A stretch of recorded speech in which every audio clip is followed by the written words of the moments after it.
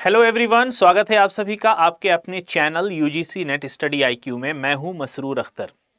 Education sector evolve हो रहा है और साथ ही साथ यूनिवर्सिटी ग्रांट्स कमीशन भी इवॉल्व हो रहा है।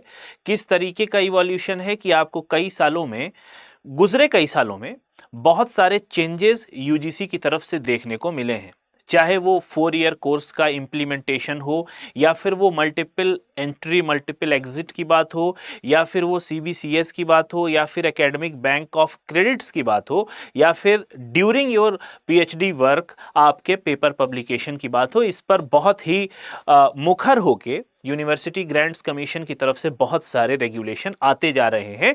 और अभी एक जो रेगुलेशन आया है वो है आपके सुपरवाइजर के सिलेक्शन का, यानी जिसके अंडर में आप अपनी पीएचडी को कंडक्ट करेंगे after qualifying the UGC net examination. जब आप पीएचडी के लिए एडमिशन लेने जाएंगे तो आपको कुछ बातें ध्यान में रखनी होती है, जिसमें सबसे अहम बात वो अभी मुझे ये लगती है कि आपको ये भी ध्यान में रखना होगा, क्योंकि जो तस्वीर आप इधर देख रहे हैं ये प्रोफेसर एम जगदीश कुमार हैं, जो कि जवाहरलाल नेहरू यूनिवर्सिटी के पूर्व वाइस चांसलर हैं और इस वक्त के एट प्रेजेंट ये चेयरमैन हैं विश्वविद्यालय अनुदान आयोग के। इन्होंने एक इंटरव्यू में बहुत साफ कर दिया है एक बात को। वो इंटरव्यू का मैं आपको एक कटिंग दिखा सकता हूं एजुकेशन टाइम की, और ये न्यूज़ जो पब्लिश हुई है ये 20 सितंबर 2024 की है।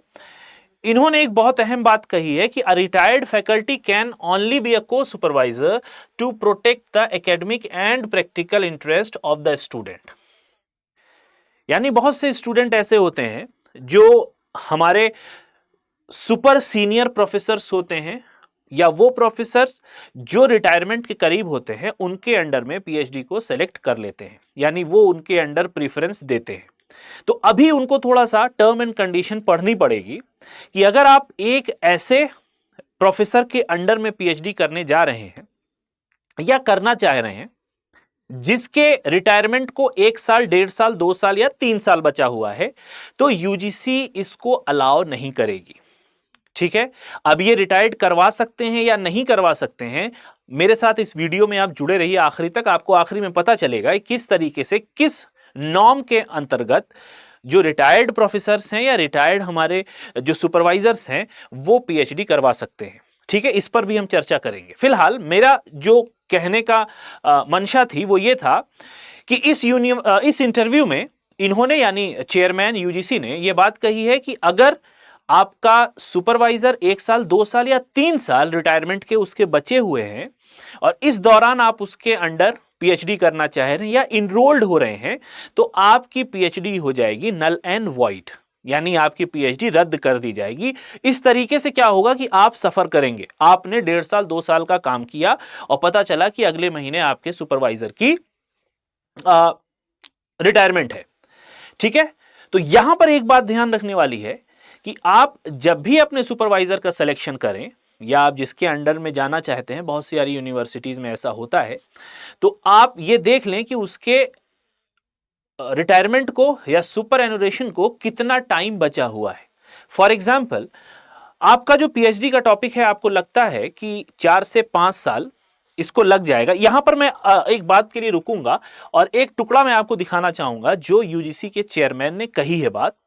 यहां पर ये स्टेटमेंट जो मैंने डार्क किया है, under the यूजीसी's 2022 regulation which have been implemented by central universities in the past 2 years, faculty member with less than 3 years of their service। यहां पे क्या बात कही गई है कि less than 3 years of their service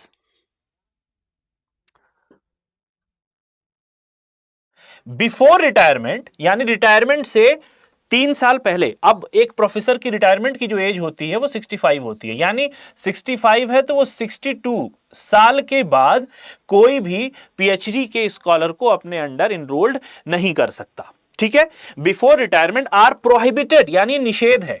prohibited, जिस तरीके से धूम्रपान निषेध हो जाता है उसी तरीके से ये भी प्रोहिबिटेड है।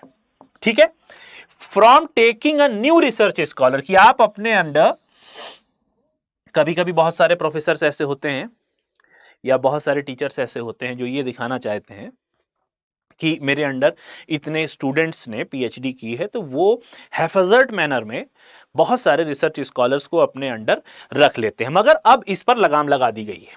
ठीक है, जो डार्कन वाला एरिया ये मैं पढ़ता हूं, the regulation state faculty members with less than 3 years of service before superannuation मतलब रिटायरमेंट आप कह सकते हैं, shall not be allowed to take new research scholars under their supervision. However, such faculty members may continue to supervise PhD scholars already registered until their retirement and may serve as co-supervisor afterward but not beyond the age of 70.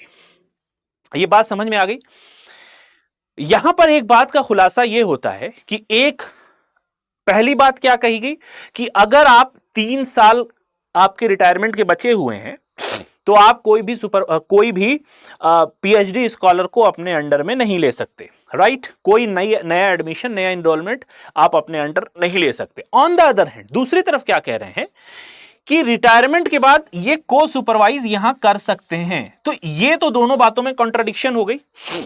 ठीक है, तो ये जो को supervision की बात हो रही है, ये बात हो रही है उन स्टूडेंट्स के लिए, उन रिसर्च स्कॉलर्स के लिए जो एग्जिस्टिंग हैं या जो ऑलरेडी हैं। फॉर एग्जाम्पल, किसी ने एडमिशन लिया, ठीक है, एडमिशन लेने के बाद 3 साल में उसको था कि 3 साल में वो अपनी पीएचडी कंप्लीट कर सकता है या कर लेगा, बट किसी सर्कमस्टेंसेस के तहत क्या हो रहा है कि पता ये लगा कि उसको शायद एक्सटेंशन लेना पड़ जाए, या उसका रिसर्च का जो टॉपिक है, जो डेटा कलेक्शन है, या जो भी पूरा प्रोसेस है, वो थोड़ा और टाइम लेगा। और इस टाइम के बीच में ये जो सुपरवाइजर है, इसका प्रोफेसर, ये रिटायर हो सकता है या रिटायर होने की इसकी डेट होगी। तो अब रिटायरमेंट के बाद उस रिसर्च स्कॉलर का काम सफर ना हो, ये जो इसका ओरिजिनल सुपरवाइजर था, ये वर्क करेगा एज ए को सुपरवाइजर। ठीक है, उसके रिटायरमेंट के बाद इस स्टूडेंट को एक नया सुपरवाइजर दिया जाएगा और उसका जो एग्जिस्टिंग सुपरवाइजर था, जो रिटायर हो गया है, उसको एज ए को सुपरवाइजर काम करने की जो परमिशन है वो मिल जाएगी। लेकिन यहां पे भी एक बात ध्यान रखने वाली है कि 70 साल तक ही कर सकता है। यूजीसी फिट मानती है कि 70 साल तक। ऐसा है कि अगर वो सुपरवाइजर 72 साल तक है तो ये को सुपरविजन नहीं कर सकता, या 71 साल हो गया, या 70 से ज्यादा हो गया। ठीक है, तो 70 साल के अंडर 70 ईयर्स ही is permitted to supervise as a को सुपरवाइजर। वो सुपरवाइज कर सकता है, लेकिन वो को सुपरवाइजर के तौर पे कर सकता है। ये एक इंपॉर्टेंट बात है जो हमें ध्यान में रखनी होगी। Consequently PhD student are required to change their primary supervisor when their guide retires. ठीक है, यहां पे क्या है, आप अपना सुपरवाइजर चेंज कर लें जब आपका सुपरवाइजर चेंज हो, यानी जब ये आपका सुपरवाइजर रिटायर हो रहा है तो आप चाहें तो चेंज भी कर सकते हैं, regardless of their thesis progress. आपकी थेसिस की प्रोग्रेस जितनी भी हो, 1 साल हो, 2 साल हो, 3 साल हो, आप अपने सुपरवाइजर को चेंज कर लें। ठीक है, in conversation with Education Times, M. Jagdesh Kumar, Chairman UGC, discusses the reason for the implementation of the regulation and the fact that this policy does not unfairly deny retiring professors recognition for their efforts. Excerpts from the interview. ठीक है, यानी अब यहां पे ये बात आ गई कि ये एक फेयर, ये किसकी बात कर रहे हैं, ये एक फेयर रिसर्च की बात कर रहे हैं। कौन?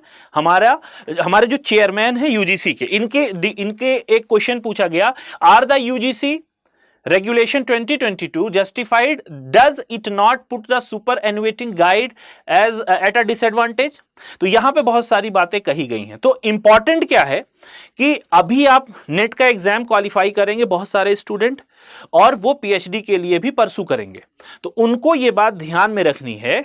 हालांकि बहुत इंपॉर्टेंट चीज है ये, आपको हो सकता हो ना पता हो, और आपको अननोइंगली आपको एडमिशन मिल जाता है एक ऐसे प्रोफेसर के अंडर कि जो अगले साल या अगले से अगले साल रिटायर होने वाला है।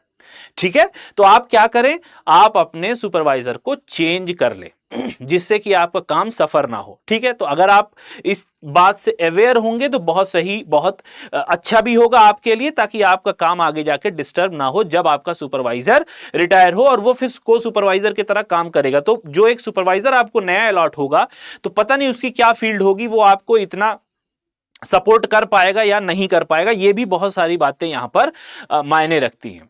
तो ये एक इंपॉर्टेंट खबर है उन स्टूडेंट्स के लिए जो अभी नॉइस हैं, न्यू कमर हैं और जिनको पीएचडी करनी है। ठीक है, तो ये बात आपको ध्यान में रखनी जरूरी है, राइट। अब आपकी पीएचडी, अभी आप नेट एग्जामिनेशन देने वाले हो, ठीक है, नेट एग्जामिनेशन की तैयारी भी कर रहे हो दिसंबर की, इसके बाद आप क्वालिफाई भी करोगे और पीएचडी के लिए भी जाओगे। तो उसी से रिलेटेड हमारा ये बैच चल रहा है और बैच सक्सेस कार्निवाल, हमारा vertical UGC net study IQ success carnival मना रहा है और उसके लिए आपको बहुत सारे बैचेस भी दिए हुए हैं। ये पेपर 2 के बैचेस हैं, ये भी पेपर 2 के बैचेस हैं जो कि चल रहे हैं बहुत सक्सेसफुली। पॉलिटिकल साइंस, हिंदी साहित्य, sociology, geography, commerce, English literature, Hindi, history और इकोनॉमिक्स, ये सारे कोर्सेज सक्सेसफुली रन कर रहे हैं। और एक स्पेशल पेपर चल रहा है जो कि है पेपर 1 के नाम से, बैच 4 इसमें चल रहा है और एडमिशन इसके क्लोज होने वाले हैं 23 सितंबर तक। तो अगर आप इन 9 कोर्सों में से कोई भी पेपर 2 है आपका, अगर आप वो खरीदना चाहते हैं तो ये बहुत ही अफोर्डेबल प्राइस पे आपको यहां पर मिल रहा है। पेपर 1, सबसे बड़ी बात है कि इसकी जो वैलिडिटी आपको मिलेगी वो मिलेगी 12 महीने की। ठीक है, अभी 15 तारीख से पहले अगर आप लेते तो ये आपको 24 महीने की मिल जाती है। आपको सिंपली करना क्या है, मेरा कोड इंटर कर देना है MASIR, which is Masroor Akhtar sir. इससे क्या होगा कि आपको अगर मैक्सिमम डिस्काउंट चाहिए, बहुत ज्यादा डिस्काउंट आपको इसी कोड से सिर्फ मिलने वाला है, क्योंकि वहां पे बहुत सारे कोड आपको मिलेंगे। ठीक है, बहुत सारे कोड आपको वहां पर अपीयर होंगे, लेकिन जो प्रोमो कोड आपको सबसे ज्यादा छूट दिला सकता है वो है मेरा वाला, जिसको हम कहते हैं MASIR, which is Masroor Akhtar sir. ठीक है, और आपको कोड यही यूज कर लेना है। कार्निवाल करेंगे तो भी होगा, अगर मेरा वाला कर लेंगे तो और ज्यादा आपको मिल जाएगा, विच इज 3199। ठीक है, ये बात समझ में आ गई। तो जाते जाते इस एक खबर को मुझे लगा था कि आपके साथ ये शेयर कर ली जाए, क्योंकि अभी ताजा ये खबर भी है। लेकिन जाने से पहले आपसे एक विनती है कि आप हमारे चैनल को सब्सक्राइब जरूर कर लें। आपका सब्सक्रिप्शन हमारी हिम्मत बढ़ाता है, आपकी लाइक हमारे लिए एक बूस्टर की तरह काम करती है। और यदि आपके पास कोई कमेंट हो, कोई कॉम्प्लीमेंट हो रिगार्डिंग मी और रिगार्डिंग दिस चैनल और रिगार्डिंग आवर कंटेंट, आप जरूर हमें कमेंट कर सकते हैं। ठीक है, तो मेरे साथ जुड़े रहने के लिए धन्यवाद। मैं हूं मसरूर अख्तर, आपका पेपर 1 का फैकल्टी। आपको हर दोपहर 12 बजे मिलता हूं, पेड क्लासेस में भी मिलता हूं। मिलते हैं किसी और सेशन में कुछ और नई न्यूज, कुछ और नया अपडेट्स लेकर। Till then, have a nice day and best of luck for your preparations as well as your result.